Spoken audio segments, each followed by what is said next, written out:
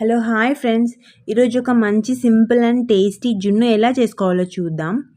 ముందుగా ఒక గిన్నె తీసుకొని అందులో జున్ను పాలు ఒక గ్లాసు, నార్మల్ పాలు ఒక గ్లాస్ కలిపి మిక్స్ చేసి స్టవ్ మీద చిన్న ఫ్లేమ్ మీద పెట్టాలి.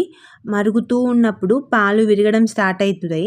పాలు విరగడం స్టార్ట్ అవుతూ ఉన్నప్పుడు ఇంకా మనం బాగా కలుపుతూ ఉండాలి. కలుపుతూ ఉన్నప్పుడు నెక్స్ట్ బెల్లం యాడ్ చేసుకోవాలి పాలల్లో. మనకి ఎంత స్వీట్నెస్ కావాలో అంత బెల్లం యాడ్ చేసుకోవాలి. మనకి బెల్లం అయితే కావాలంటే బెల్లం, లేకపోతే షుగర్ కావాలంటే షుగర్. మనకి ఎంత స్వీట్నెస్ అవసరమో అంత వేసుకొని కలుపుకోవాలి. నెక్స్ట్ బెల్లం కరిగేదాకా కలుపుకోవాలి. బెల్లం వేసిన తర్వాత కొంచెం కలుపుతూ ఉండాలి, లేదంటే అడుగు మాడిపోతుంది. ఇప్పుడు బెల్లం కరిగింది అని అనిపించినప్పుడు మనకి నెక్స్ట్ ఇలాచీ పొడి వేసుకోవాలి. ఇలాచీ పొడి వేసుకొని మళ్ళీ కలుపుతూ ఉండాలి. కలుపుతూ ఉన్నప్పుడు అది ఇంకా బాయిల్ అవుతూ ఉంటుంది.